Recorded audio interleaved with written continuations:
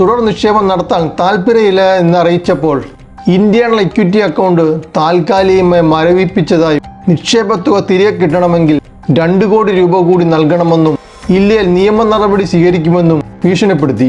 ഇതോടുകൂടി ഡോക്ടർ ദമ്പതികൾ ചേർത്തല പോലീസിനെ സമീപിച്ച് പരാതി കൊടുത്തു. കബളിപ്പിക്കപ്പെടുകയാണെന്ന് തിരിച്ചറിയുന്നതിന് മുമ്പ് അവസാനം നടത്തിയ ഇടപാട് 50 ലക്ഷത്തിൻ്റെതായിരുന്നു. ആ 50 ലക്ഷം 5 അക്കൗണ്ടുകളിലേക്കാണ് പോയതെന്ന്, അതിൽ 2 എണ്ണം പെട്രോ ലോജിസ്റ്റിക്സ് മോഡേൺ എന്നീ 2 അക്കൗണ്ടുകളാണെന്നും അത് കോഴിക്കോട്ടുള്ളതാണെന്നും പോലീസ് കണ്ടെത്തി. ഇത് രണ്ടും 2 സ്ത്രീകളുടെ പേരിലുള്ളതായിരുന്നു. സ്ത്രീയുടെ മരുമകനും 2 സുഹൃത്തുക്കളുമാണ് അക്കൗണ്ടുകൾ ഉപയോഗിക്കുന്നതെന്ന് അന്വേഷണ സംഘം കണ്ടെത്തി. നാഷണൽ സൈബർ ക്രൈം റിപ്പോർട്ടിംഗ് പോർട്ടലിന്റെ ഡാറ്റ ഉപയോഗിച്ചാണ് കേരള പോലീസ് അക്കൗണ്ടുകൾ തിരിച്ചറിഞ്ഞത്. തട്ടിപ്പ് സംഘം ഉപയോഗിച്ചിരുന്ന മറ്റ് അക്കൗണ്ടുകൾ ഗുജറാത്തിലും നോർത്ത് ഇന്ത്യയിലെ മറ്റു ഭാഗങ്ങളിലുമാണെന്ന് പോലീസ് കണ്ടെത്തി.